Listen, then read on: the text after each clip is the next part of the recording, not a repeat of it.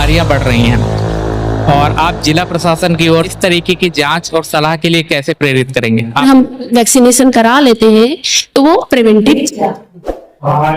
इस प्रोग्राम में जिलाधिकारी महोदय दुर्गा शक्ति नागपाल जुड़ चुकी हैं। जोरदार तालियों से स्वागत करेंगे सर्वाइकल कैंसर के इस अवेयरनेस प्रोग्राम में।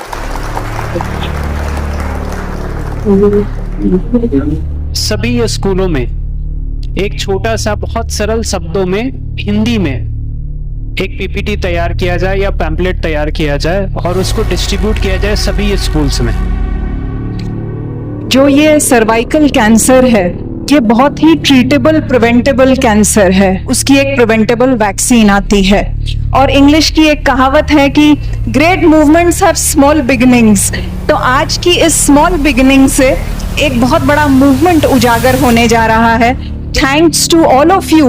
मैं अपनी बड़ी वाली बेटी को ये इंजेक्शन लगवाने जा रही हूँ और डिस्ट्रिक्ट में अपील करती हूँ सभी पेरेंट्स को, सभी स्कूल्स को, सभी डॉक्टर्स को कि वो यंग गर्ल्स को, बॉयज को ये वैक्सीन लगाएं ताकि हमारा एक हेल्दी फ्यूचर सिक्योर हो सके। आफ्टर ऑल आधे से ज्यादा आबादी अब महिलाओं की होने जा रही है। ऐसे लक्षण हैं जिनको नजरअंदाज करते हैं लोग, चाहे कि इग्नोर कैसे करते हैं। प्रॉब्लम है अवेयरनेस नहीं है हमारी लेडीज में। तो क्योंकि एक ये कैंसर है जो प्रिवेंटेबल है, तो जितनी जल्दी हम लोग डायग्नोस कर लेंगे उतनी जल्दी हम उसको कंट्रोल भी कर पाएंगे। शादीशुदा महिलाएं जो होती हैं उनको सर्वाइकल कैंसर की जांच करवानी चाहिए या ये जांच एक्चुअली सबको करानी चाहिए। ये किसी भी एज में कब हो सकता है। और BIA जांच तो बहुत ही सरल है, पर ये जो पैप स्मीयर है ये तो थोड़ा कॉस्टली भी है। तो सामान्य महिला को 20 इयर्स 21 ईयर के बाद में रिकमेंडेड है। क्या इसको आप पूरी तरीके से खत्म होने वाली बीमारी मानती हैं? 3 ईयर से पहले तब बोला जाए कि सेक्सुअल कांटेक्ट के पहले अगर वैक्सीनेशन दिया गया है तो उसमें रिस्क जो है it is almost nil. Full 3 doses need to be completed. 1,16,000 औरतों को अगर हर साल ये सर्वाइकल कैंसर हो रहा है, 77,000 आर डाइंग पर ईयर। सो जो भी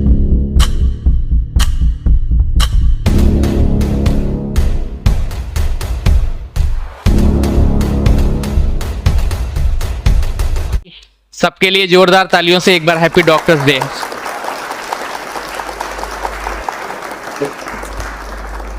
देखिए बात ये है कि कभी कभी ऐसा होता है ना कि जब दवाइयां जवाब दे जाती हैं लेकिन एक उम्मीद रहती है और वो उम्मीद हमारे पास में होती है डॉक्टर्स के रूप में। तो happy doctors day to all the doctors of the country. Happy doctors day. Thank you very much for giving us support in the meeting. IMA Indian Medical Association की तरफ से ऑर्गेनाइज इस प्रोग्राम में मैं Prabhakar Shrivastava the lord show की तरफ से आप सभी का स्वागत करता हूं। हम स्वागत करेंगे सभी डॉक्टर्स का जिन्होंने अपने बहुमूल्य समय देके और इस डॉक्टर्स डे के प्रोग्राम में भी अपनी भागीदारी निभाते हुए अवेयरनेस के रूप में उसको लेके एक अवेयरनेस प्रोग्राम को ऑर्गेनाइज करने के लिए ये प्रोग्राम रखा है। बहुत बहुत धन्यवाद उन सभी डॉक्टर्स का। एक बार जोरदार तालियों से स्वागत करेंगे सभी डॉक्टर्स को। और चूंकि अब सारे लगभग पैनलिस्ट हमारे बीच में उपस्थित हो चुके हैं तो हम इस प्रोग्राम को आगे की ओर लेके जाएंगे। और जैसा आप लोग जानते हैं कि हमारा प्रोग्राम एक अवेयरनेस का प्रोग्राम है जिसमें हम लोग क्वेश्चन आंसर या कुछ मिथक समाज में जो अभी तक की हैं उनको लेके चलते हैं और उनके डाउट्स को दूर करते हैं। तो हमारे आज के पैनल में हम स्वागत करेंगे पैनल पे डॉक्टर राधा टंडन मैम का, डॉक्टर इंद्रा चोपड़ा मैम का, डॉक्टर इंदु मिश्रा मैम का and doctor Abhilasha Singh ma'am का। प्लीज आप लोग आइए और हमारे साथ इस स्टेज को ज्वाइन करिए। सर्वाइकल कैंसर समाज में एक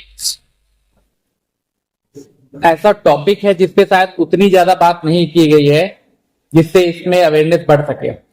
तो IMA का धन्यवाद देंगे कि उन्होंने इस टॉपिक को चुना और हमारे साथ इस प्रोग्राम को आगे बढ़ाने के लिए डॉक्टर अभिलाषा सिंह से सबसे पहला सवाल है कि मैम ये सर्वाइकल कैंसर क्या है और इसके बारे में एक संक्षिप्त जानकारी हम अपने लोगों को देना चाहते हैं। First of all, good morning to all and one. I will describe briefly what about brief cervical cancer. First of all, what is cancer? Cancer is abnormal growth of cells in any part of the body. And cervical cancer is second most common female cancer after breast cancer. Second thing is, it is very important cancer and treatable. If it is diagnosed early, अगर ये जल्दी diagnose हो जाए तो ये treatable है, और इसकी डायग्नोसिस के लिए हम लोगों को पहले एक तो पेपिस्मेयर कराया जाता है, दूसरा एचपीवी डीएनए टेस्टिंग है। पहले क्या होता है कि जैसे सर्वाइकल कैंसर के बारे में लोगों को अभी अवेयरनेस नहीं है, हालांकि ये इसके वैक्सीन 2010 में आ चुकी थी और मैंने फर्स्ट वैक्सीन 2012 में लखीमपुर में लगाई थी, और 2-3 अवेयरनेस प्रोग्राम भी मैंने 2012 में नवदिशा के अंतर्गत दिए थे, लेकिन इसका मार्केट में नहीं थी इतनी ज्यादा प्रचलन। और अभी तो गवर्नमेंट में भी इन्होंने जो सीतारमण हमारी फाइनेंस मिनिस्टर है, उन्होंने भी इसके लिए बजट पास करने की पेश करने की कोशिश की थी पिछले साल, तो अभी तक वो पास नहीं हुआ कि गवर्नमेंट की तरफ से भी सबको सर्वाइकल कैंसर लगे। अभी मैं ये बताना चाहूंगी कि ये सर्विक्स होता क्या है, क्योंकि लोगों में भ्रांति है कि सर्विक्स का मतलब गर्दन का भी सर्वाइकल पेन बताते हैं बहुत लोग। तो ये सर्विक्स बच्चेदानी का लोएस्ट पार्ट है, सबसे नीचे वाला पार्ट होता है। आज हमें यहाँ प्रोजेक्टर की सुविधा नहीं है, वरना मैं सोच रही थी कि प्रोजेक्टर पे बना के दिखा दे, जिससे एक लेमैन जो जन साधारण है उसको पता रहे कि ये कौन सा पार्ट है यूट्रस का। तो यूट्रस का जो लोएस्ट पार्ट है वो सर्विक्स कहलाता है। अब ये आमतौर पे जो होता है 45 इयर्स के आसपास जो होता है मेन इंसिडेंस है, इसकी मेन जो एज है ग्रुप है वो अब 45 इयर्स है। और दूसरा ये है कि ये वैक्सीन, ये जो कैंसर है ये एचपीवी वायरस होता है, ह्यूमन पैपिलोमा वायरस, इसकी वजह से होता है। इसकी मेन 4 स्ट्रेन है, 16, 18 और 6-11। 6-11 जो होती है वो जेनाइटल वॉर्ड्स करती है, और 16-11 जो होता है मेनली कैंसर से रिलेटेड है। तो हमारे यहाँ पे पहले 2 तरह की वैक्सीन आती थी, जो कि क्वाड्रिवेलेंट थी और बाइवेलेंट थी। तो बाइवेलेंट इतनी सफिशिएंट नहीं है जितनी क्वाड्रिवेलेंट है। क्वाड्रिवेलेंट से मतलब वो चारों को कवर कर लेती है, चारों वायरसेस को, जैसे कि 6-11 और 16-18। 6-11 वॉट्स करते हैं, वॉट्स भी प्री कैंसरस कंडीशन होती है।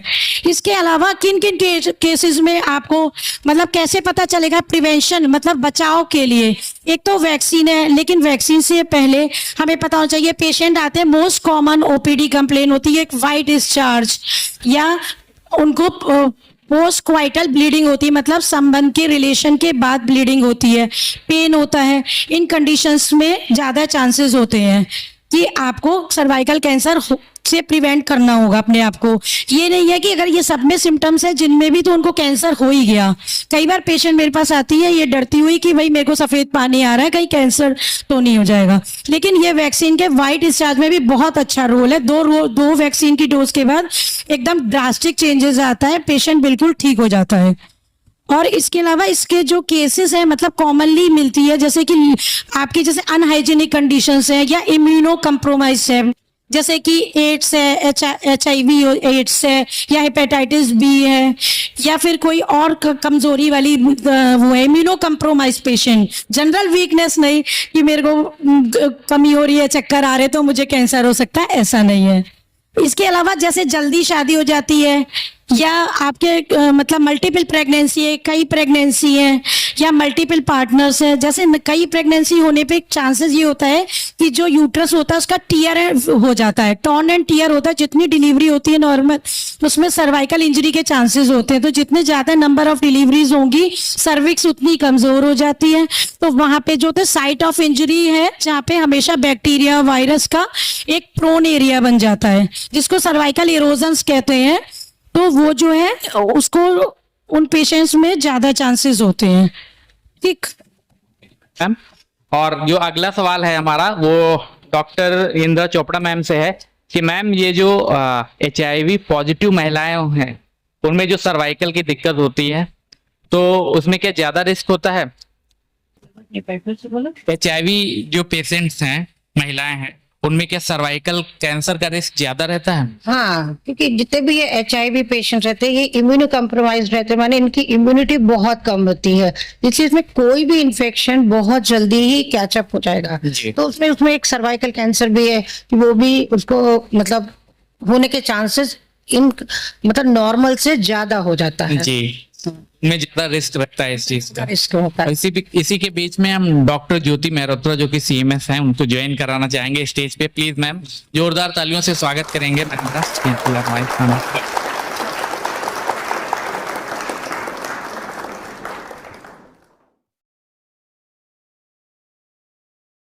अगला सवाल जो है हमारा वो डॉक्टर राधा टंडन मैम से है कि मैम जो ग्रामीण महिलाएं होती हैं, क्योंकि आपका एक वृहद मतलब एक्सपीरियंस रहेगा, तो पैप स्मीयर का जो टेस्ट होती है क्या उसमें दिक्कत होती है जो अगर ग्रामीण इलाकों से मैम आती हैं महिलाएं?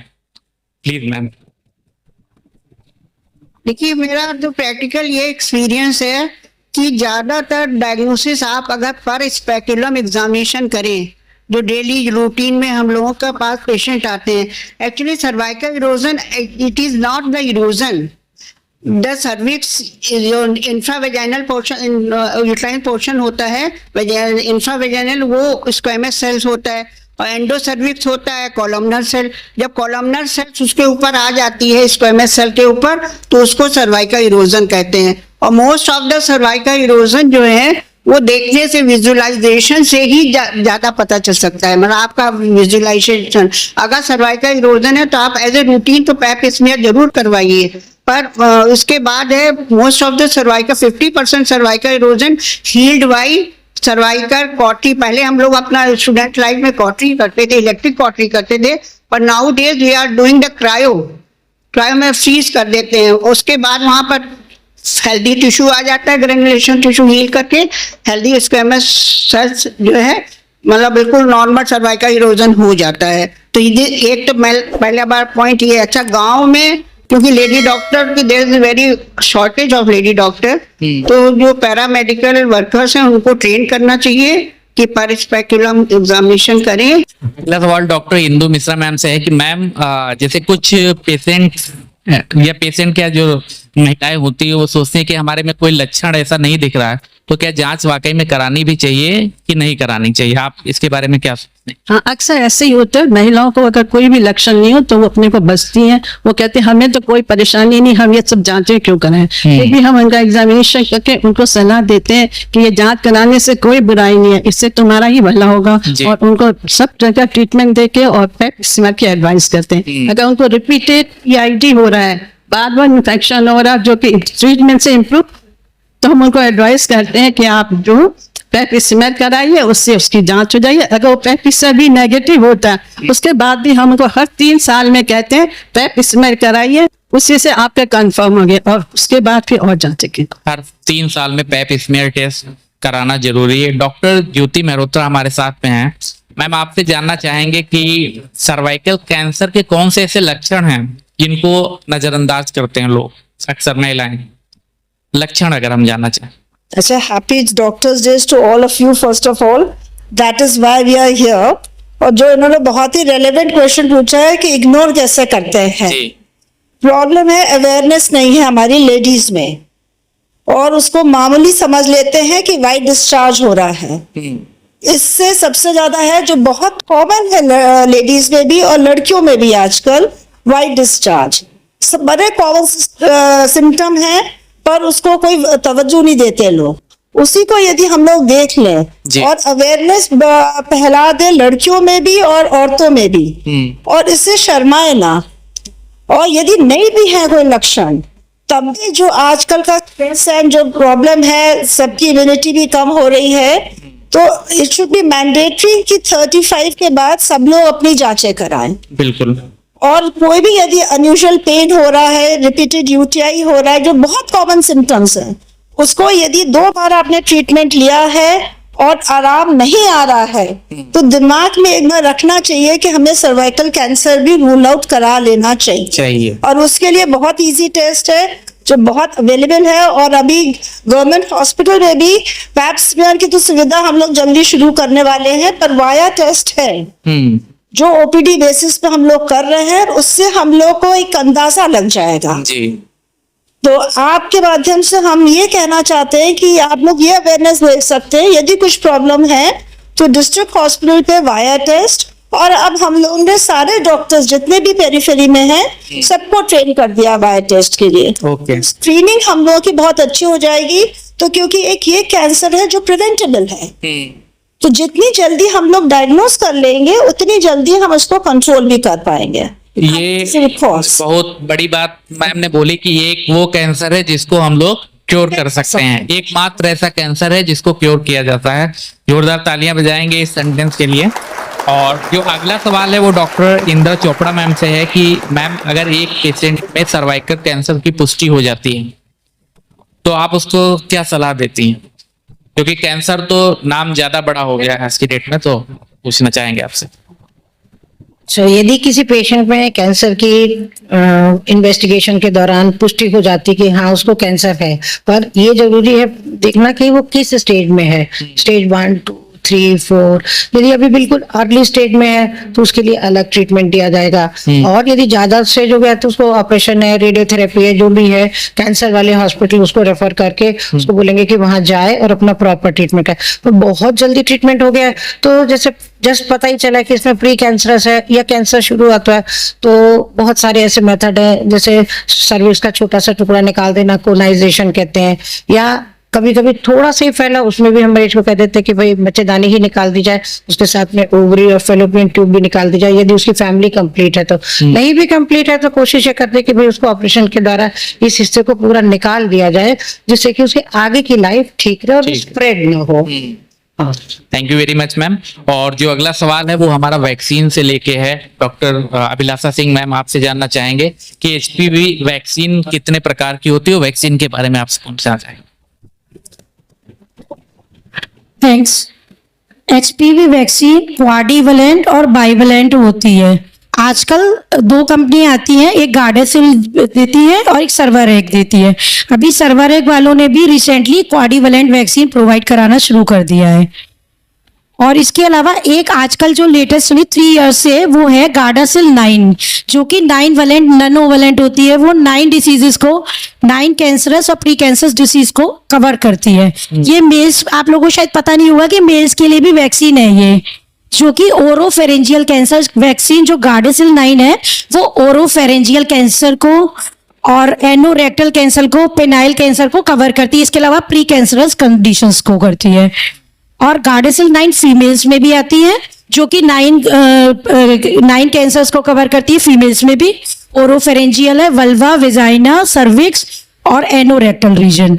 तो क्योंकि ये यहाँ पे छोटे शहर में एकदम कोई अफोर्ड नहीं करता है और अभी ये 3 इयर्स से ही आई है, तो जितने मेट्रो सिटीज वगैरह में है तो सब लोग ही ये 10,000 वाली लगवाते हैं, ये नैनो जो वैक्सीन है। लेकिन मेन जो कैंसर होता है सर्विक्स का, वो ये 16-18 की वजह से, HPV वायरस की स्ट्रेन 16 और 18 से होता है। तो क्वाड्रिवलेंट वैक्सीन भी बहुत अच्छे से कवर करती है। जहां तक मैंने अपने, अभी मेरे को मोर देन 10 इयर्स हो गए पेशेंट को लगाते हुए, तो मेरे पास तो बहुत अच्छा रिस्पॉन्स है। कोई कभी आया नहीं जिसने वैक्सीन लगवाई है, उसको इवन वाइट डिस्चार्ज के सिम्टम्स भी नहीं हुए हैं। बहुत ही मतलब रिस्पॉन्सिव है क्वाड्रिवलेंट वैक्सीन। अभी तक मैं गार्डासिल लगाती थी, लेकिन वो अब लो कॉस्ट में सर्वरैक आ गई है, तो मैं सर्वरैक प्रेफर करी हूँ, क्योंकि पेशेंट ज्यादातर विलेज से होते हैं जो कि अफोर्ड नहीं कर सकते हैं, लेकिन उनको कन्वेंस करने पे वो बहुत आराम से लगवा लेते हैं। लेकिन इसके अलावा मैंने 2-3 बार अवेयरनेस प्रोग्राम भी लिया, एक बार अग्रवाल सभा में लिया है और एक बार मैंने नवदेशार रोटरी क्लब में लिया था। लेकिन बड़े दुख की बात है कि कोई भी वहां से जो है फॉलो अप के लिए या कभी कोई वैक्सीन के लिए नहीं आया। एक पेशेंट आई थी, मेरे husband doctor CP Singh paediatrician है, तो अपना बच्चा दिखाने आई थी, तो वो मुझे बोली कि मैम आप हमको मिली थी वहां पे अग्रवाल वाले में, आपने अवेयरनेस प्रोग्राम किया था। तो मैंने कहा आपने वैक्सीन लगवाई? उन्होंने कहा हाँ मैंने ऑनलाइन मंगवा ली थी। तो मैं कृपया करके ये रिक्वेस्ट करूंगी कि पैसे के चक्कर में ऑनलाइन ना मंगवाएं, क्योंकि इनका वैक्सीन का सारा कुछ कोल्ड चेन मेंटेन होती है, वो बहुत इंपॉर्टेंट चीज है। आप जहां से मंगा रहे हैं उस पर बहुत ध्यान दें। Thank you very much ma'am. और अगला सवाल डॉक्टर इंदु मिश्रा मैम से लेंगे। उससे पहले हम स्वागत करेंगे डॉक्टर वानी गुप्ता मैम का, जो प्रिंसिपल हैं ऑटोनोमस मेडिकल कॉलेज लखीमपुर की। जोरदार तालियों से स्वागत करेंगे, हमारे बीच उपस्थित हैं। और डॉक्टर इंदु मिश्रा मैम से हमारा सवाल ये है कि सिर्फ शादीशुदा महिलाएं जो होती हैं उनको सर्वाइकल कैंसर की जांच करवानी चाहिए, या ये नॉर्मल सभी लेडीज को लगभग करवानी चाहिए? ये जांच एक्चुअली सबको करानी चाहिए, ये किसी भी एज में कब हो सकता है। और अनमैरिड लड़कियों को तो बहुत जरूरी होता है, क्योंकि वो अपनी बात सब छिपाती है और ठीक से बताती है। उनकी स्क्रीनिंग अच्छे से करनी चाहिए, उनके एज के बारे में, उनकी फैमिली फ्रेंड्स में और उनकी फैमिली के बारे में भी पूरी स्क्रीनिंग करनी चाहिए और फिर उसके बाद पता करके वो अगर कबूल कर लेती है, वैसे जो है ये वैक्सीन हर लड़की को 13 साल में लगवा लेनी चाहिए। और इसका मेन होता है फर्स्ट इंटरकोर्स से पहले ये इंजेक्शन लगना चाहिए, तभी ये इफेक्टिव होता है। तो ma'am doctor Inder Chopra ma'am से हमारा जो सवाल है कि क्या ग्रामीण भारत में VIA जांच ये पैप स्मीयर से ज्यादा व्यवहारिक है? अभी शायद डॉक्टर ज्योति मेहरोत्रा ने इस बारे में बताया भी था कि VIA जांच, देखिए VIA जांच तो बहुत ही सरल है, उसको कोई भी डॉक्टर पैरामेडिकल ये सब कहीं भी कर सकता है। मतलब उसके पास कुछ इंस्ट्रूमेंट जैसे स्पेकुलम है, ये सब मतलब सर्विक्स को देखने के लिए यदि कोई इंस्ट्रूमेंट है और मरीज को प्राइवेसी देने के लिए कोई कमरा है तो वो वहां भी कर सकता है। उसमें सिर्फ हम एक एस्टिक एसिड जो रहता है 5% एस्टिक एसिड सर्विक्स के ऊपर स्वाब से लगाते हैं, जिससे जो नॉर्मल एरिया रहता है वो पिंक कलर का दिखेगा और जो एसिटोवाइट एरिया है वो डाउटफुल एरिया रहेगा। यदि कुछ एसिटोवाइट दिखता है तो हम उसको कह देंगे। पर ये जो पैप स्मीयर है वो तो थोड़ा कॉस्टली भी है और ये हॉस्पिटल में मुश्किल है होना, इसको किसी रेफरल सेंटर पे, पैथोलॉजी सेंटर पे भेज के करना पड़ता है। इसकी कॉस्ट राउंड अबाउट 1500, ज्यादातर लोगों क्या 1500 रुपए के आसपास आती है। तो VIA जांच तो ग्रामीण महिलाओं में बहुत ही, आवाज पीछे मैम नहीं आ रही, थोड़ा रिक्वेस्ट करेंगे आपसे कि अच्छा, ग्रामीण महिलाओं के लिए VIA जांच तो बहुत ही लाभदायक है ये, हाँ, जिससे कि हम बहुत जल्दी अर्ली डिटेक्शन किसी भी उसको कर सकते हैं बीमारी को। और चूंकि ये आज का जो टॉपिक है ये बहुत ही बड़ा है और हमारा सौभाग्य है कि लगभग सारे डॉक्टर्स जो भी हम लोगों ने पैनल में रिक्वेस्ट किया उन सभी लोगों ने हामी भरी और इसीलिए हम लोगों ने इस बार 2 सेट बनाए हैं और रिक्वेस्ट करेंगे कि हम पैनल को थोड़ा रिसफल करेंगे। आपका क्वेश्चन ये है कि सामान्य महिला को कितनी उम्र में या कितने साल की जब वो हो तो पैप स्मीयर टेस्ट कराए? पैप स्मीयर एक बहुत ही सिंपल सा टेस्ट है जिसमें हम लोग सर्विक्स की स्क्रैपिंग्स लेते हैं और उससे उसकी सेल्स पता चलती है कि कहाँ नॉर्मल सेल्स है या फिर वो किसी तरीके से किसी कैंसर या प्री कैंसरस की स्टेज में चेंज हो रही है। तो सामान्य महिला को 21 ईयर के बाद में रिकमेंडेड है कि वो हर 3 साल में वो जांच कराए, हर 3 साल में जांच कराए और 30 ईयर के बाद में लगभग हर 5 ईयर में उसको पैप स्मीयर के साथ में HPV DNA टेस्ट भी कराना चाहिए क्योंकि सर्वाइकल कैंसर का जो मोस्ट कॉमन काज है वो HPV इन्फेक्शन होता है। इसलिए उसको दोनों ही जांचें बहुत जरूरी हैं। तो जो अगला सवाल लेंगे डॉक्टर रूबी मेहता मैम आपसे लेंगे, क्योंकि आप शिक्षा से भी जुड़ी हुई हैं, तो आपसे जानना चाहेंगे कि आज की जो मेडिकल शिक्षा है, क्या जो आज की मेडिकल शिक्षा दी जा रही है लोगों में, उसमें क्या सर्वाइकल कैंसर को गंभीरता से लिया जा रहा है? हाँ, बिल्कुल लिया जा रहा है। मेडिकल एजुकेशन में अगर आप सोचेंगे हर डिपार्टमेंट में, गायनी डिपार्टमेंट में सर्वाइकल कैंसर के लिए बहुत अच्छी तरीके से एक्सप्लेन किया जाता है और सभी स्टूडेंट्स को सर्वाइकल कैंसर के पहले या उसके दौरान या उसके बाद जो सिम्टम्स होते हैं, जो साइंस होते हैं, उन सब के बारे में उनको नॉलेज होती है। इसीलिए वो लोग वहां से पढ़ के जब बाहर आते हैं तो अपनी प्रैक्टिस में इस चीज के लिए अवेयरनेस भी करते हैं सोसाइटी में और इन्वेस्टिगेट करके प्रॉपर इंस्ट्रक्शंस भी देते हैं पेशेंट्स को। Thank you very much ma'am. अगला सवाल जो हमारा डॉक्टर तनिषा से है। मैम, आपसे सवाल थोड़ा कॉमन है, क्या जो HPV वैक्सीन है पहले से अगर कोई लेडीज संबंध बना चुकी है, क्या उनके लिए कारगर है? तो आपसे जानना चाहेंगे। हाँ, कारगर है, पर एफिकेसी या मतलब उसका प्रभाव थोड़ा सा कम हो जाता है। मे बी 99% की जगह 98% प्रोटेक्शन देगी, पर वो रिकमेंडेड है और अब 45 इयर्स की एज तक ये रिकमेंडेड है टेस्ट गाइडलाइन में, तो कोई प्रॉब्लम नहीं है। कोई प्रॉब्लम नहीं है। डॉक्टर सपना हमारे साथ हैं, डॉक्टर सपना वर्मा, आपसे हमारा जो सवाल है मैम, ये जो बीमारी है क्या इसको आप पूरी तरीके से खत्म होने वाली बीमारी मानती हैं? Cervical cancer 100%, hello, cervical cancer ना 100% प्रिवेंटेबल कैंसर है। मतलब है कि अगर कोई भी सही उम्र के पहले अगर उसको वैक्सीनेशन दिया है हमने, तो वो हो ही नहीं सकता कि मतलब उसको कैंसर होने का रिस्क रहे। It is 100%। तो 15 ईयर से पहले तब बोला जाए कि सेक्सुअल कांटेक्ट के पहले अगर वैक्सीनेशन दिया गया है appropriate dose and according to मतलब गाइडलाइंस, तो उसमें रिस्क जो है it is almost nil. Negligible है। डॉक्टर नेहा त्रिवेदी हमारे साथ में है, डेंटल सर्जन है, और इनसे जानना चाहेंगे मैम, क्या जो ओरल कैंसर है और सर्वाइकल कैंसर दोनों ही कैंसर हैं, तो इसमें कोई समानता आप देख पाते हैं? First of all very happy doctors day to all of you. और बहुत अच्छा क्वेश्चन है। एक्चुअली देखिए, सर्वाइकल कैंसर भी ह्यूमन पैपिलोमा वायरस के थ्रू होता है, और हमारे ओरल हेल्थ में भी ये उतना ही इम्पोर्टेंट है, क्योंकि बहुत सारे लोग हैं जो ये समझते हैं कि सिर्फ अदर बॉडी पार्ट्स ही बहुत इंपॉर्टेंट है, बट ह्यूमन पैपिलोमा वायरस जैसे एचपीवी इन्फेक्शन, ये माउथ एरिया से लेके आपके गम्स से लेके आपके हार्ड पैलेट, सॉफ्ट पैलेट से लेके नेक की तरफ प्रोसीड करता है। तो एक तो ये है, लेकिन सिम्टम्स में ऐसी कोई समानता दोनों में नहीं है, बट कारण जो है वो ऑलमोस्ट सेम है। कि जैसे अगर मेडिकली कॉम्प्रोमाइज पेशेंट है, या एचआईवी इन्फेक्टेड पेशेंट है, या फिर आप ये कहिए जो क्रोनिक स्मोकर्स हैं, अल्कोहलिक पेशेंट, अल्कोहलिक जितने भी, आई थिंक लेडीज भी आजकल फीमेल्स हैं या मेल्स हैं, ये बहुत ज्यादा प्रोन होते हैं इन तरीके के इन्फेक्शंस के लिए। तो एक ये चीज है कि दोनों में समानता है कि वायरल इन्फेक्शन की एचपीवी ह्यूमन पैपिलोमा वायरस की वजह से ही होता है ये। Very much. और अगला सवाल है डॉक्टर गरिमा मैम से कि अगर महिलाओं में 2 से 3 लक्षण एक साथ दिखते हैं तो उन्हें सबसे पहले इमरजेंसी में कौन सी जांच करवानी चाहिए? सबसे पहले तो हमें ये पता होना चाहिए कि ये लक्षण कौन से हैं। लक्षण में सबसे पहले तो एब्डोमिनल वेजाइनल डिस्चार्ज होता है, जिसको पता ही इग्नोर करती है। उनको अपना डिस्चार्ज नॉर्मली या फिर उनको ल्यूकोरिया लगा करती है। उस डिस्चार्ज को हमको सामान्य नहीं समझ के हमेशा ही सबसे पहले उसकी जांच करानी चाहिए। तो जांच में जो आता है वो सबसे पहले पर स्पेकुलम एग्जामिनेशन आता है। वो डॉक्टर का ही रोल होता है कि आप अपने डॉक्टर के पास जाके अपना स्पेकुलम एग्जामिनेशन करवाएं कि सर्विक्स में कोई किसी भी तरीके का कोई इरोजन, किसी तरीके का घाव या फिर किसी तरीके का कोई लीजन तो नहीं है जहां से ये डिस्चार्ज आ रहा है। सेकेंड जो जांच होती है पर स्पेकुलम के साथ में, फिर हम उसमें जैसे वायर टेस्ट के बारे में मैडम लोगों ने बताया, जो सीनियर डॉक्टर से उन्होंने बताया, वायर टेस्ट कर सकते हैं अगर वहां पे पैप स्मेयर की जांच नहीं है तो मोस्ट इंपॉर्टेंट जो सबसे अच्छी जांच होती है, जो फर्स्ट स्क्रीनिंग होती है, वो वाया के बाद वो पैप स्मेयर ही होती है।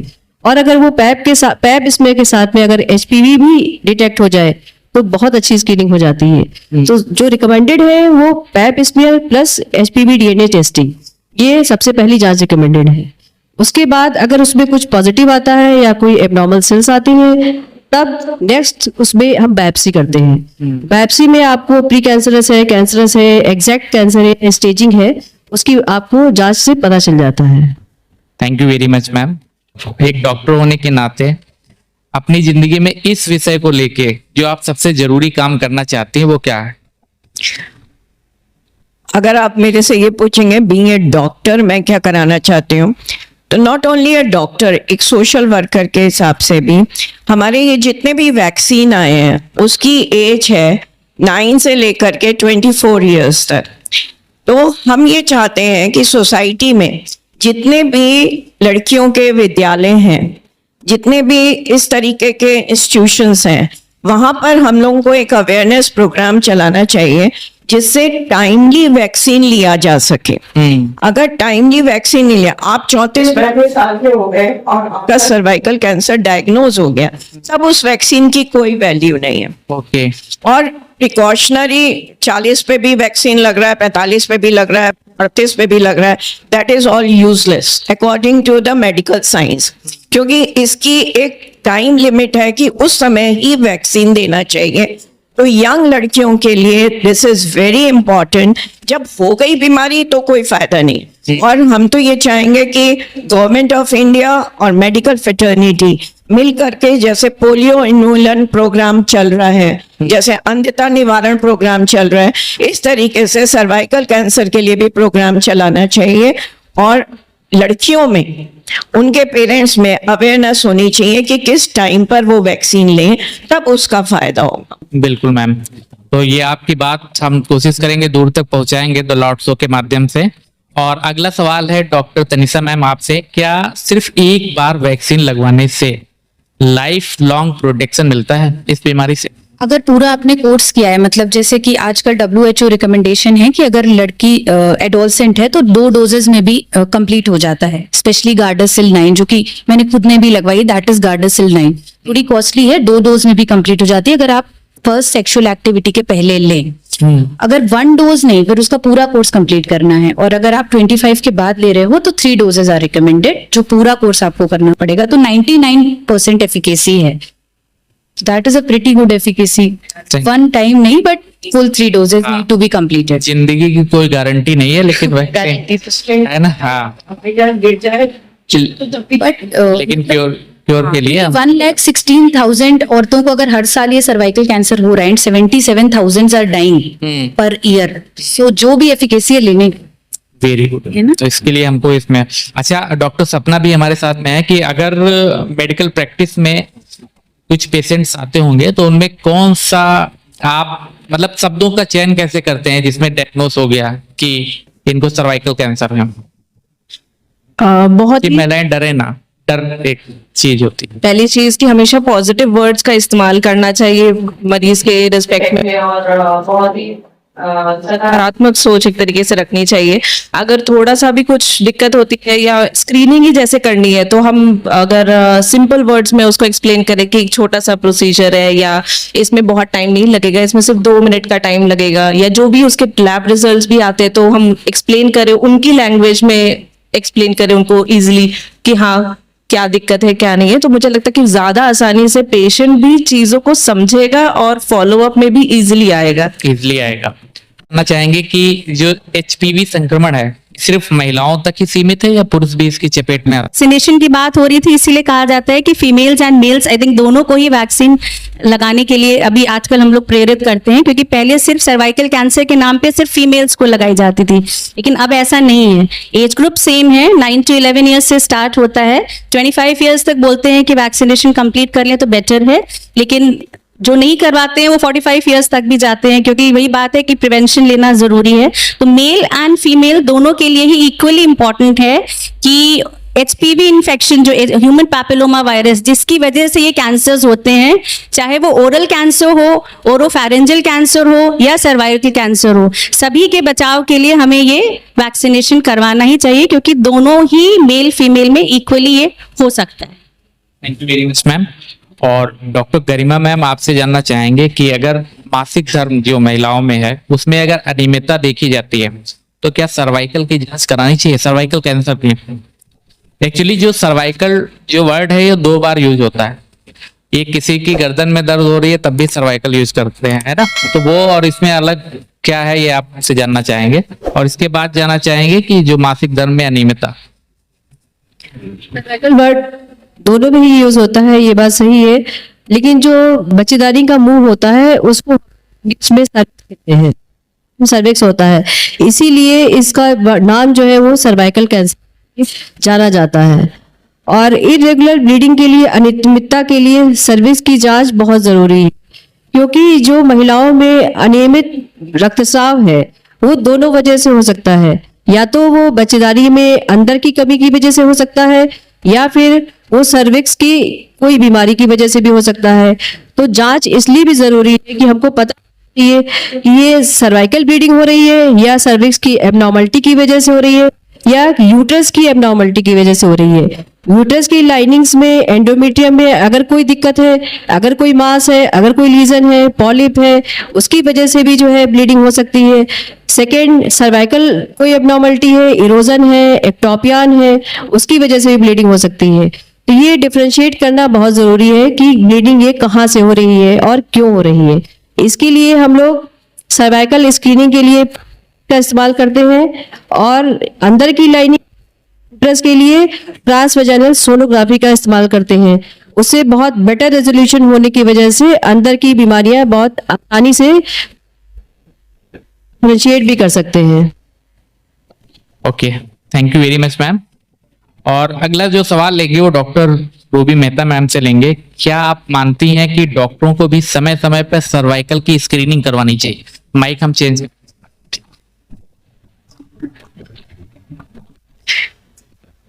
डॉक्टर्स मतलब फीमेल डॉक्टर्स ना? फीमेल डॉक्टर्स भी फीमेल ही है ना, हम भी औरतें ही हैं। जो बीमारी आम औरतों को हो सकती है वो हमें भी होती है। तो ये कोई डिस्टिंक्शन नहीं है कि फीमेल डॉक्टर्स के नहीं कराना चाहिए, सबको कराना चाहिए।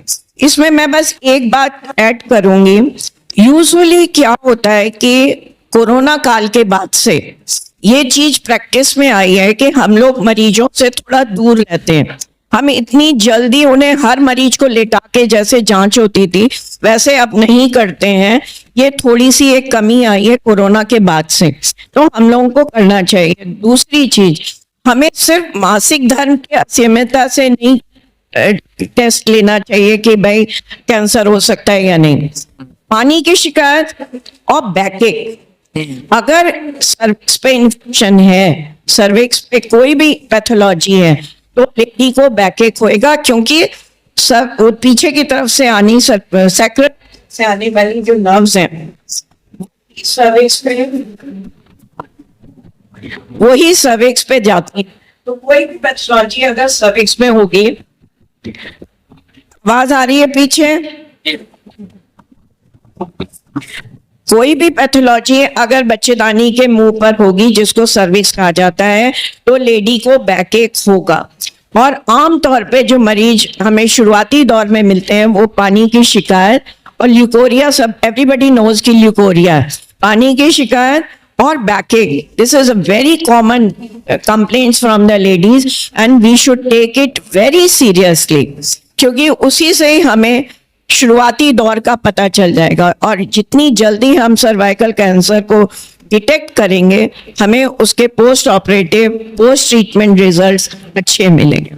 Thank you very much ma'am. और डॉक्टर गरिमा, आपसे सवाल है हमारा कि जो आज की जो भारत का स्ट्रक्चर उसमें आशा और एएनएम ये ग्रामीण इलाकों में ज्यादा अच्छी तरीके से एक कनेक्शन बना हुआ है लेडीज और बिटवीन द डॉक्टर्स एंड मतलब पेशेंट के बीच में। तो आशा और एएनएम वर्कर्स की अगर बात करें तो किस तरह से उनको प्रशिक्षित करना चाहेंगे मैम आप? आशा और एएनएम क्योंकि गांव की ही लेडीज होती है, इसलिए उन लोगों का संबंध गांव की लेडीजों से बहुत अच्छा होता है। अक्सर ये देखा गया है कि जब भी पेशेंट किसी आशा वर्कर या किसी एएनएम वर्कर के साथ में आती है तो वो उनकी बात ज्यादा मानती है बजाय डॉक्टर की बात सुनने के। हम लोग कुछ भी कहते रह जाते हैं लेकिन वो उनकी बातों को ज्यादा तरजीह देते हैं कि ये लोग हमारे साथ में रहते हैं तो ये हमारे लिए ज्यादा अच्छा बताएंगे। इसलिए उनको एजुकेट करना बहुत इंपॉर्टेंट है और बहुत जरूरी भी है। उनको पता होना चाहिए कि अगर कोई लेडी, जैसे मैडम ने बताया कि ल्यूकोरिया की बीमारी को हमको साथ नहीं समझना चाहिए, या कोई वजाइनल डिस्चार्ज से पीड़ित है या कोई ल्यूकोरिया से पीड़ित है, तो उसको वो जरूर ले जाए हॉस्पिटल में, जिससे उसको बताए, उसको इम्पोर्टेंस पता होनी चाहिए कि ल्यूकोरिया से क्या क्या हो सकता है। ये नॉर्मल भी हो सकता है, एब्नॉर्मल भी हो सकता है, कैंसर का पहला संकेत भी हो सकता है। इसलिए उसको तो ये नॉलेज होना बहुत ही जरूरी है। तो उनको ये एजुकेट करना चाहेंगे आशा और एएनएम वर्कर्स को कि वो जाए और गांव-गांव में इस चीज को जागरूकता फैलाए। इससे अवेयरनेस भी फैलेगी और लोग ट्रीटमेंट के लिए जल्दी हॉस्पिटल आएंगे। Thank you very much ma'am. जो एक सवाल डॉक्टर तनिषा से लेंगे, प्रेग्नेंट महिलाएं हैं तो कैंसर की जांच की जा सकती है क्या? कैंसर की जांच की जा सकती है लेकिन वैक्सीन नहीं देते हैं हम लोग प्रेग्नेंट वुमेन में। ओके। और आप सभी लोगों का बहुत बहुत धन्यवाद कि छोटे से टॉपिक्स पे अवेयरनेस की कुछ बातें आप लोगों ने की। और अब हम पैनल में इनवाइट करना चाहेंगे। Thank you very much. हाँ, आप कुछ ऐड करना चाहते? मेरी रिक्वेस्ट है गवर्नमेंट से भी और आईएमए से भी, जो नेशनल वैक्सीनेशन प्रोग्राम है क्या उसमें इस वैक्सीन को इंक्लूड करना चाहिए या नहीं? This is a homework for all of you and we should give a answer on it कि whether we should include this vaccine in a national vaccination program, क्योंकि पीडियाट्रिक ग्रुप तो 12 साल तक है और ये वैक्सीन 9 साल से शुरू हो जाती है। तो इस पे विचार करना चाहिए हम लोगों को, जिससे कि आगे सोसाइटी में हम इस चीज के परेशानी से सोसाइटी को दूर कर सकें। Thank you.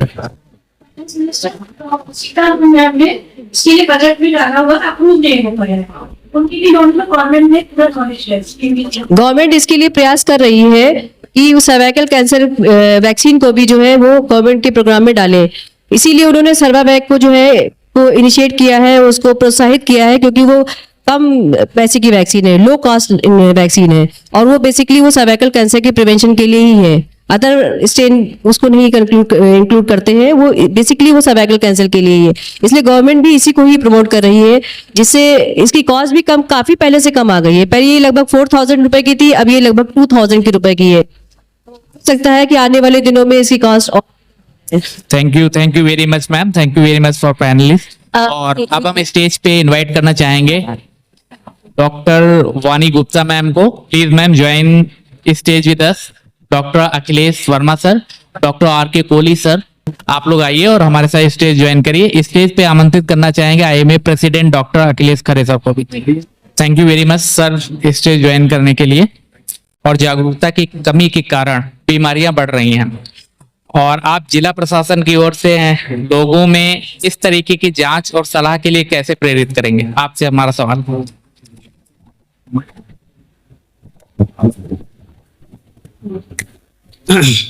ये बहुत अच्छा सवाल है आपका।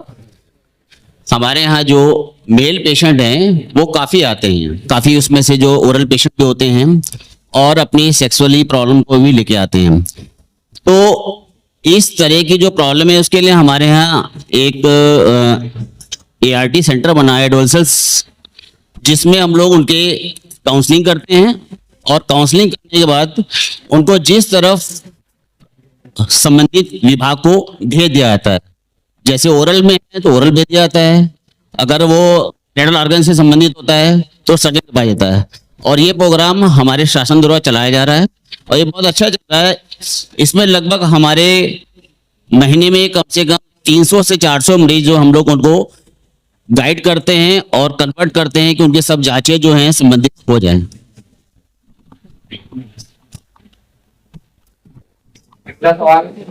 अगला सवाल जो हम लेना चाहेंगे वो डॉक्टर वानी गुप्ता मैम आपसे लेंगे। मीटिंग में जागरूकता लाने तो बहुत अच्छा सवाल पूछा कि जागरूकता कैसे लाएंगे। तो हम सभी लोग जो डिस्ट्रिक्ट के सेंटर में बैठे होते हैं उनको तो आए दिन डॉक्टरों से उनका कांटेक्ट होता रहता है और डॉक्टर बताते रहते हैं कि इस तरह की बीमारियां हैं। लेकिन हम बहुत रिमोट एरिया में चले जाएं तो इस तरह की कोई भी जागरूकता का हमारे पास साधन नहीं होता है कि वो महिलाएं जो बहुत ही रिमोट एरिया में रह रही है या एकदम जैसे आप यहाँ पे थारू प्रजाति है तो उनको उनमें जागरूकता फैलाना एक बहुत जरूरी काम होता है कि उनमें जागरूकता फैलाई जाए। अब जागरूकता हम आजकल जागरूकता बहुत सारे अवेयरनेस प्रोग्राम करके आउटरीच प्रोग्राम करके फैला सकते हैं कि हम वहाँ कैंप लगाएं और इस तरह की जागरूकता इस विषय पे बात करें। दूसरा पॉइंट होता है कि इस विषय पर बात करें, तो इस विषय पे बात करना ही, इस विषय पे चर्चा करना ही काफी एक गंभीर विषय है। इस तरह की जो बहुत रिमोट एरिया में विलेज में इस तरह की बातें बहुत कम होती हैं तो वहाँ महिलाओं को इस एक्सपोजर बहुत कम मिलता है। तो एक आशा बहुएं एक हमारे कारण बनती हैं जो इन महिलाओं को अप्रोच कर सकती हैं, या फिर ज्यादातर टीवी प्रोग्राम। तो टीवी आजकल हर जगह पहुंच गई है। इसके अलावा बहुत ही रिमोट एरिया में जहाँ टीवी भी नहीं पहुंच सकती, रेडियो पहुंचता है। तो अभी हमारा लखीमपुर मेडिकल कॉलेज SMC एक अपना रेडियो प्रोग्राम भी स्टार्ट कराने जा रहा है। उसका इनिशिएटिव हम लोगों ने ले लिया है जो लगभग 10 किलोमीटर का एरिया कवर करेगा। तो एक ये भी जागरूकता हो सकती है। दूसरा, जब भी कोई मरीज हमारे पास आता है तो डॉक्टर की एक डॉक्टर अगर उस कंपलसरी वे में उसको 2-3 बातें कैंसर के संबंधित में, कोई अपनी मासिक धर्म को लेके कोई प्रॉब्लम या कोई गायनी का मरीज है तो उसको हम इस बारे में अवेयर कराने की देखिए ऐसा हो सकता है, आप सावधानी बरतिएगा। एक अभी थोड़ी देर पहले हम सब लोग कह रहे थे कि ये महिलाओं में ही होता है या पुरुषों में भी, तो ये ह्यूमन पैपिलोमा वायरस, इसके लगभग 100 स्ट्रेन होते हैं। इस वायरस को सेक्स डिटर्मिनेशन की कोई कैपेसिटी इसके पास नहीं है, नॉलेज नहीं, वो किसी भी सेक्स को हो सकता है, मेल को भी फीमेल को भी। ये स्किन वायरस होता है जो स्किन और म्यूकोसल सेल को तो ज्यादा अटैक करता है। तो जहां भी म्यूकोसा होगी, चाहे वो ओरोफेरिंक्स रीजन हो या कोई ऐसा, तो पेनाइल कैंसर भी कर सकता है और ओरोफेरिंजियल इक्वली। इसके डिफरेंट स्ट्रेन जो होते हैं वो कुछ सेक्सुअल जो स्ट्रेन है वो सर्वाइकल कैंसर के लिए जैसे 18 और 16 का अभी बात हो रही थी, तो लगभग इसके 100 स्ट्रेन है और बहुत सारे जो कैंसर हैं ह्यूमन पैपिलोमा वायरस की वजह से ही होते हैं। अर्ली डिटेक्शन बहुत ही कंपलसरी है इसमें। अर्ली डिटेक्शन हो गया तो हम पूरा प्रिवेंशन कर सकते हैं। अर्ली डिटेक्शन के अभी हमारे पूर्व में जो थे उन लोगों ने बताया कि कैसे कर सकते हैं हम। दूसरा एक एज की बात है कि किस एज पर हम वैक्सीन लगाएं। तो एज जो है 9 से 13 बहुत सही सटीक एज है जिसपे ये वैक्सीन लगानी चाहिए। सेक्सुअल एक्टिविटी स्टार्ट होने के पहले केवल हम सर्वाइकल कैंसर को रोक सकते हैं, बाकी ह्यूमन पैपिलोमा के लिए भी 9 से 13 साल की एज एक बहुत सटीक एज है। Thank you very much. और एक बहुत ही अहम बात आपने बहुत हल्के में कह दी कि रेडियो का जो जिक्र हुआ तो वो शायद मेडिकल कॉलेज स्टार्ट करना चाहेंगे। एक बार फिर से आपसे पूछना चाहेंगे वो क्या है रेडियो जो आपने। हम लोग एक रेडियो प्रोग्राम जो हमारे यहाँ ही से प्रसारित होगा उसको स्टार्ट करने वाले हैं। तो उसमें डिफरेंट जो स्वास्थ्य रिलेटेड प्रॉब्लम होती है उस पर चर्चाएं होंगी। हालांकि बहुत कम, 2 घंटे सुबह 2 घंटे शाम को ही, लेकिन रेडियो का प्रसारण काफी दूर तक होता है। तो वो एक अवेयरनेस का कारण, या आप किसी भी तरह की स्वास्थ्य की चर्चा दूर तक रेडियो पे कर सकते हैं। Thank you very much ma'am. और ये सौगात देने के लिए लखीमपुर वालों को ये रेडियो से अवेयरनेस ज्यादा ही बढ़ेगी मेरे ख्याल से। और एक सवाल डॉक्टर मैम, आपने बताया कि जो वैक्सीनेशन की जो एज होती है तो बॉयज एंड गर्ल्स में दोनों अलग अलग है या सेम है? देखिए, इसमें एज का क्राइटेरिया ये है कि ये वायरल इन्फेक्शन के पहले अगर हमने वैक्सीनेशन करा लिया तो ये लगभग 98 to 99% प्रिवेंशन दे देता है।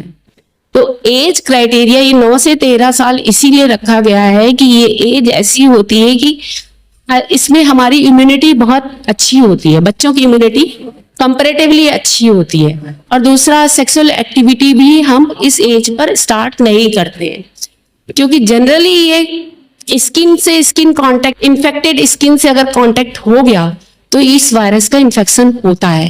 तो प्री इन्फेक्शन अगर हम वैक्सीनेशन करा लेते हैं तो वो प्रिवेंटिव। इस प्रोग्राम में जिलाधिकारी महोदय दुर्गा शक्ति नागपाल जुड़ चुकी हैं। जोरदार तालियों से स्वागत करेंगे सर्वाइकल कैंसर के इस अवेयरनेस प्रोग्राम में।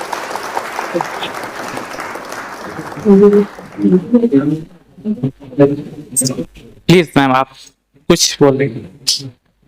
और साथ ही में स्वागत करेंगे सीएमओ डॉक्टर संतोष गुप्ता सर का। और लगभग सभी लोग आ चुके हैं। हमारे साथ में सीडीओ सर भी आए हुए हैं, जोरदार तालियों से स्वागत करेंगे।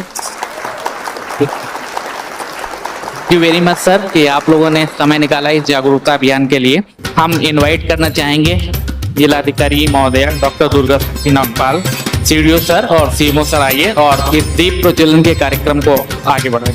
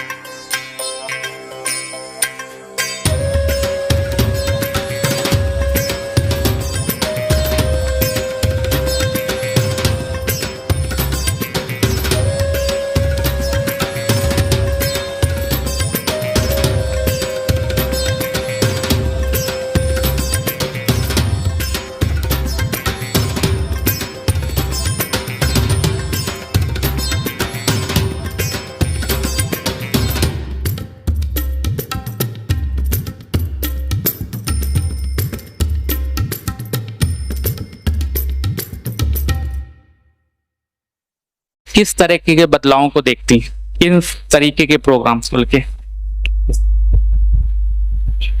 Thank you. सबसे पहले तो मैं इंडियन मेडिकल एसोसिएशन का आभार व्यक्त करना चाहती हूँ, बहुत बधाई देना चाहती हूँ कि इतने पॉजिटिव,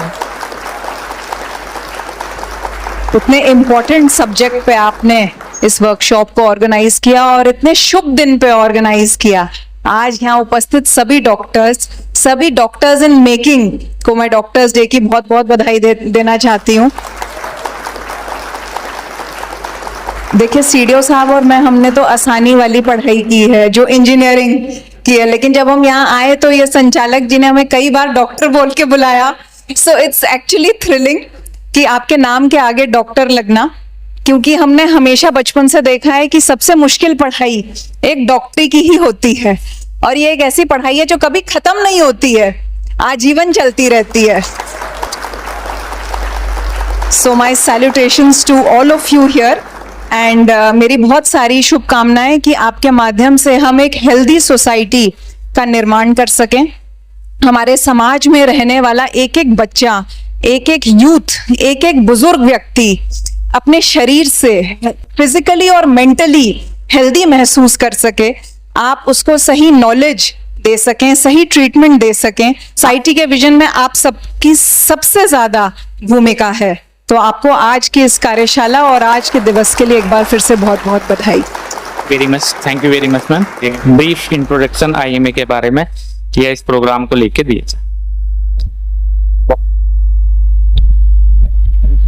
बहुत बहुत धन्यवाद। सबसे पहले मैं स्वागत करूंगा अपने मुख्य अतिथि महोदय और सभी गणमान्य व्यक्तियों का, और यहाँ पर जो उपस्थित होकर हमारे इस स्पेशल डे पे जिन लोगों ने थोड़ा हम लोगों को रिकॉग्नाइज किया, इसके लिए बहुत बहुत बहुत धन्यवाद। आपने अपना समय दिया। और आज का दिन डॉक्टर्स डे के रूप में 1991 से स्टार्ट हुआ था मैडम, और भारत सरकार के द्वारा इसको मान्यता दी गई 1991 में।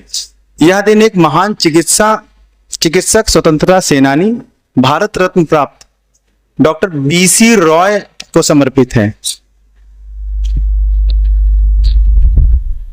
डॉक्टर BC रॉय का जन्म 1 जुलाई 1982 को हुआ था, और उनका निधन भी 1 जुलाई 1962 को हुआ। वो एक आदर्श चिकित्सक और कर्मयोगी थे। 1944 में उन्होंने डॉक्टरेट ऑफ साइंस की उपाधि मिली थी, और 1961 में उन्हें भारत रत्न से सम्मानित किया गया था। वे 1950 से 1952 तक पश्चिम बंगाल के मुख्यमंत्री भी रहे, अंतिम समय तक। उन्हीं की याद में आज का दिन समर्पित है हमारा इंडियन मेडिकल एसोसिएशन 1928 में इसकी स्थापना हुई थी, जिसका नाम पहले इंडियन मेडिकल कॉन्फ्रेंस के रूप में था। आजादी से पहले की संस्था है।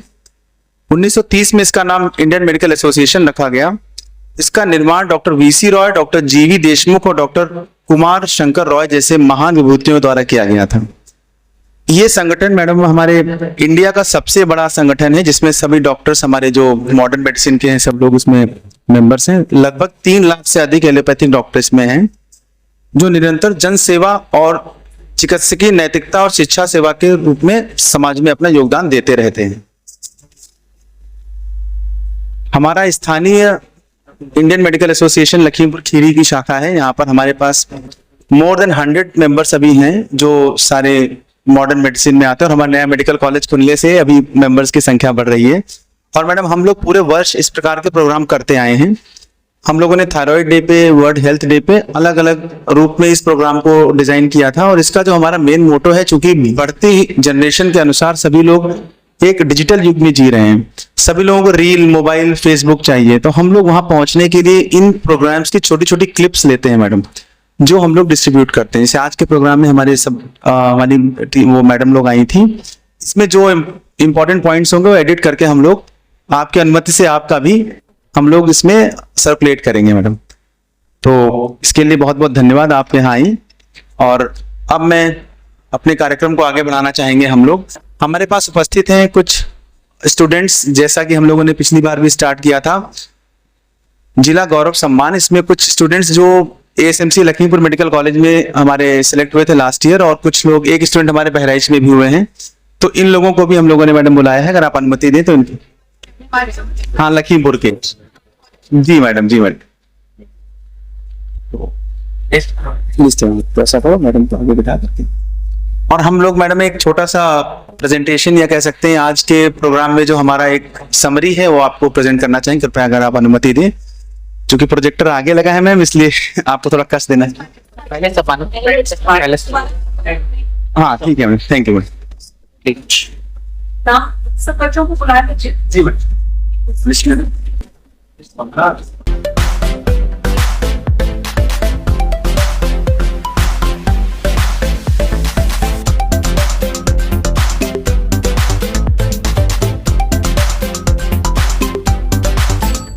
अब मैं घटना मैम से रिक्वेस्ट करूंगा, प्लीज आप प्रेजेंटेशन के लिए आ जाए लैपटॉप लगा। सबसे पहले तो मैं डॉक्टर्स डे के इस अवसर पे हमारी जिलाधिकारी महोदया, CDO sir, CMO sir, CMS sir, हमारी प्रिंसिपल मैडम और सीएमएस मैडम, इन सभी लोगों का और सारे सिटीजन, सारे डॉक्टर्स, सारे स्टूडेंट, इन सभी लोगों का मैं सम्मान करना चाहती हूँ।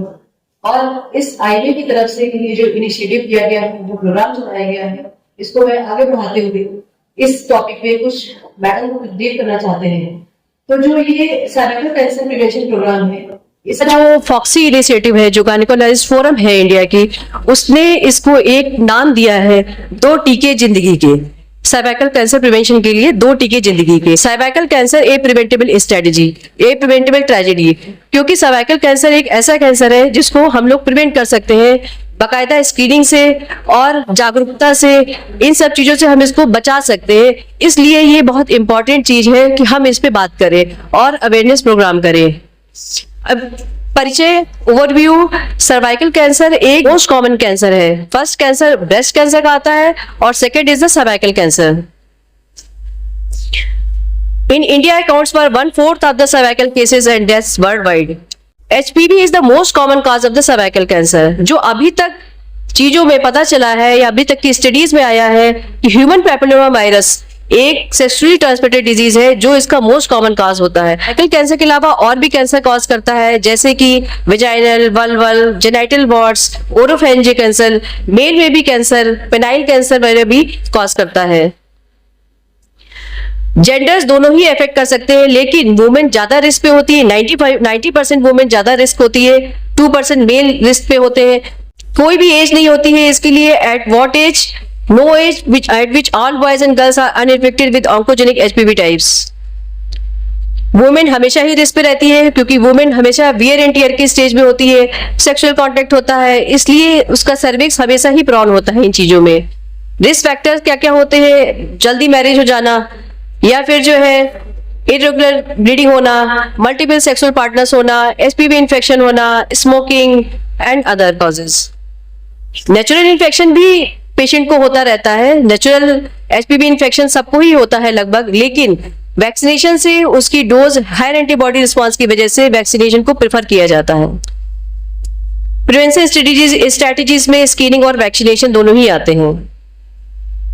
अब वैक्सीन कितने कितने तरीके की होती है और किस एज ग्रुप को लेनी चाहिए? 2 vaccine are needed 0 and 6 between 9 to 14 years of age. Adolescent vaccination is very important to prevent the cervical cancer or any other HPV infection. Why to vaccinate early with HPV vaccine? क्योंकि HPV infection का risk जो है young females में बहुत ज्यादा होता है। HPV infection is the sexually transmitted and is usually acquired within the first few years following sexual debut. So, before the sexual contact, इसको वैक्सीनेट कर लेना चाहिए और हमारे एडोलेसेंट जो पॉपुलेशन है उसके प्रिवेंशन में ये हेल्प करता है। Conclusion: in 9 to 15 years old adolescent, the quadrivalent vaccine was generally well tolerated and induced persistent anti-HPV serologic responses in the majority of subjects for at least 12 months following completion of a 3-dose regime. No serious vaccine-related adverse experiences were reported. The vaccine durability supports universal HPV vaccination programs in adolescents. Do not let cervical cancer stop you. Get vaccinated and get screened. Thank you very much ma'am, ये आपने PPT के माध्यम से लोगों को जागरूक किया और इसी प्रोग्राम में हम आगे बढ़ाना चाहेंगे। इंजीनियर अभिषेक कसोल क्या क्लिक कर रहे हैं।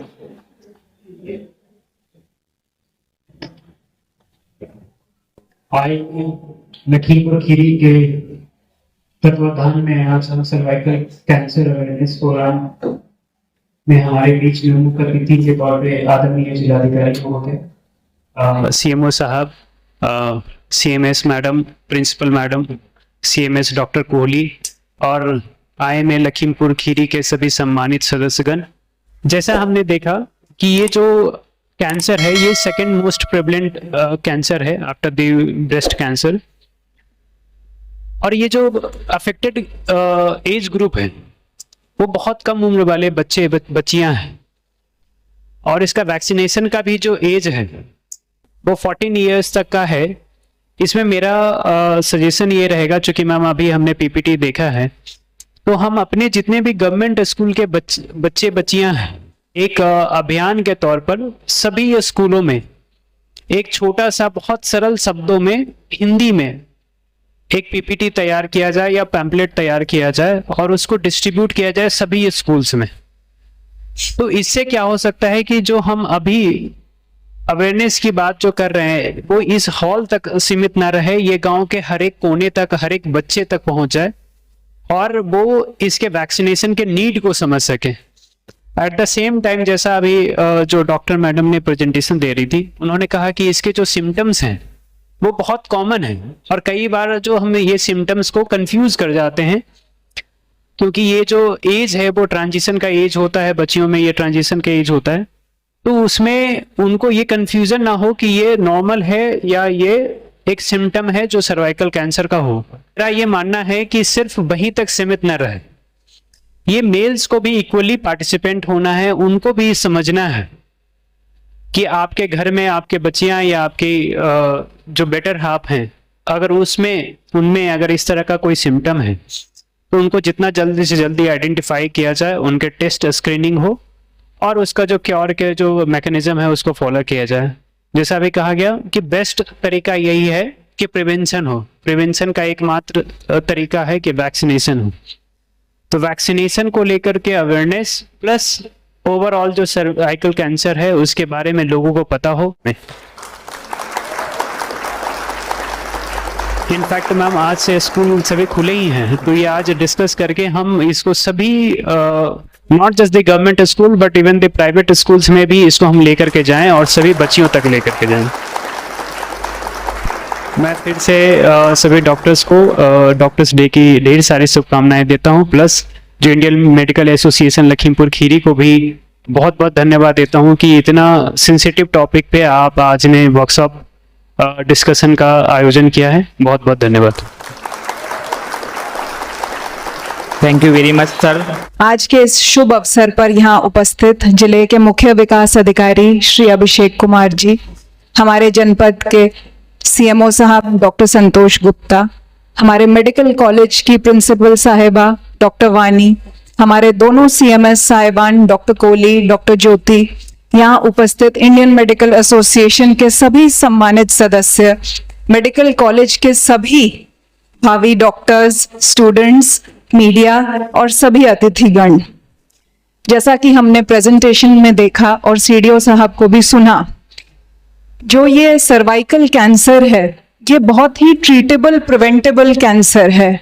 जब हम कैंसर शब्द सुनते हैं, आम आदमी की सोच के मुताबिक इसका कोई इलाज नहीं है। ज्यादातर जो कैंसर है दैट लीड्स टू डेथ, लेकिन ये हमारी खुशकिस्मती है कि सर्वाइकल कैंसर जो कि इतना लाइफ थ्रेटनिंग कैंसर होने के बावजूद उसकी एक प्रिवेंटेबल वैक्सीन आती है और हमें इस वैक्सीन का भरपूर उपयोग करना चाहिए, इसको बढ़ चढ़ के प्रमोट करना चाहिए, क्योंकि देखिए आज भी बहुत सारे कैंसर्स हैं जैसे कि ब्रेस्ट कैंसर, प्रोस्टेट कैंसर या फिर लंग कैंसर, पैनक्रियाटिक कैंसर, जिनकी कोई वैक्सीन नहीं है। तो सर्वाइकल कैंसर जिसका इंसिडेंस इतना हाई है और उसकी वैक्सीन उपलब्ध है, तो इसमें कहीं कोई दोहराई नहीं होनी चाहिए कि इसको हमें अपनाना ही है। भले कैंसर ट्रांसमिटेबल नहीं है, लेकिन जिस वायरस की वजह से ये कैंसर होता है वो ट्रांसमिटेबल वायरस है।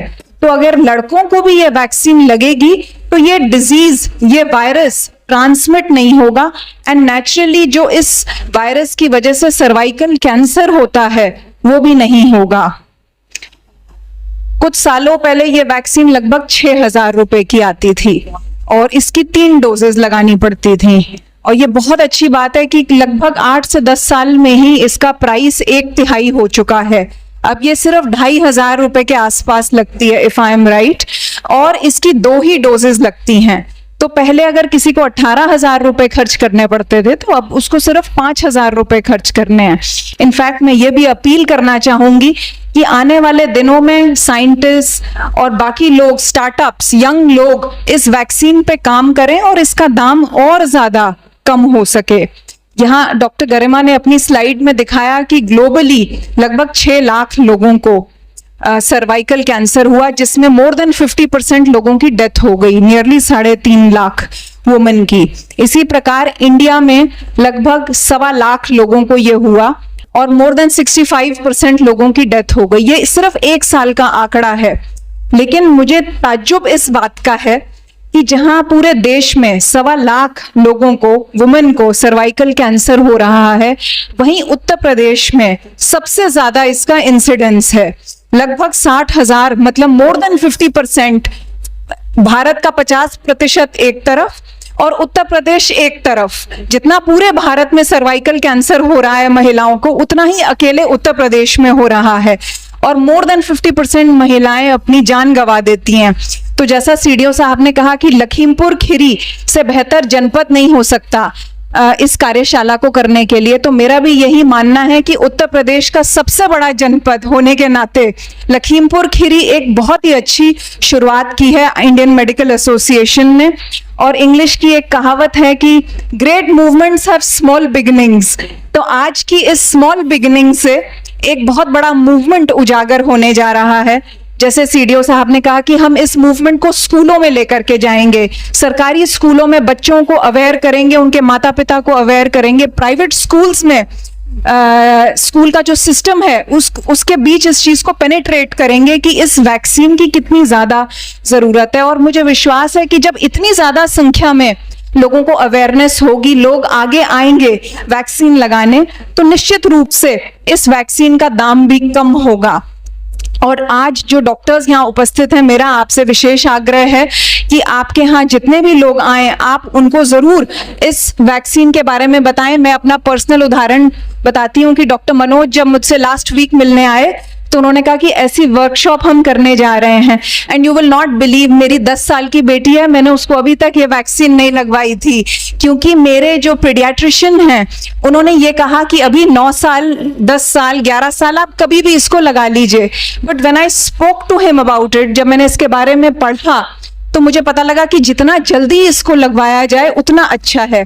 तो आप सब डॉक्टर्स अपने पेशेंट्स को, मदर्स को, फादर्स को यही गाइड करिए कि जितना जल्दी लगे उतना बच्चे के लिए अच्छा है। तो thanks to all of you, मैं अपनी बड़ी वाली बेटी को ये इंजेक्शन लगवाने जा रही हूँ और डिस्ट्रिक्ट में अपील करती हूँ सभी पेरेंट्स को, सभी स्कूल्स को, सभी डॉक्टर्स को कि वो यंग गर्ल्स को, बॉयज को ये वैक्सीन लगाएं ताकि हमारा एक हेल्दी फ्यूचर सिक्योर हो सके। आफ्टर ऑल आधे से ज्यादा आबादी अब महिलाओं की होने जा रही है। बहुत बहुत धन्यवाद।